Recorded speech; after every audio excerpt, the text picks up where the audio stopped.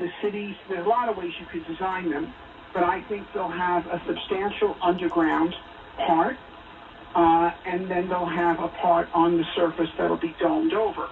How are we going to get all that stuff there? Most of the stuff will have to be made there. Okay, fundamental to settling Mars are technologies for turning Martian materials into resources. Now, this, of course, was the trick with the Mars Direct mission of turning Martian carbon dioxide and water into methane and oxygen propellant. That was the key to exploration. The most important material you can have is propellant. But in terms of settlement, we got to go beyond that. We got to be growing food on Mars, and not just growing the food on Mars. We need to make the glass or plastic for the greenhouses in which you grow the food on Mars, and we need to even make the motors and pumps and pipes that are used to run the greenhouse on Mars.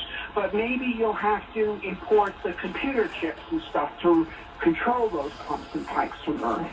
So Mars is going to need some income to pay for imports, and I believe that one of the primary exports that Mars will use to generate income are patents, because the Martian cities will be colonies of technologically skilled people in a frontier environment where they're going to be forced to innovate in all kinds of areas, which we can talk about. But these inventions, which are necessary for their survival and prosperity, will be things you can license on Earth and make money on there. Are we talking about 100 years from now, 500 years from now? How far? We're talking 50 to 100 years from now.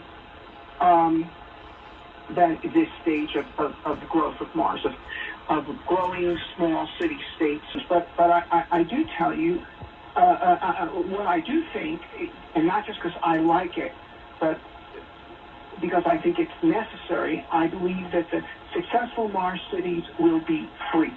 That is, I think that the science fiction dystopias, the extraterrestrial tyrannies are impossible because no one would want to emigrate to one.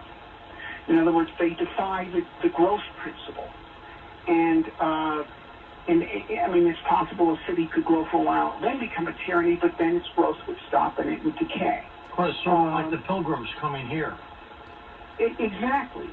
Exactly. And it's why the northern United States outgrew the South, because the northern states were free.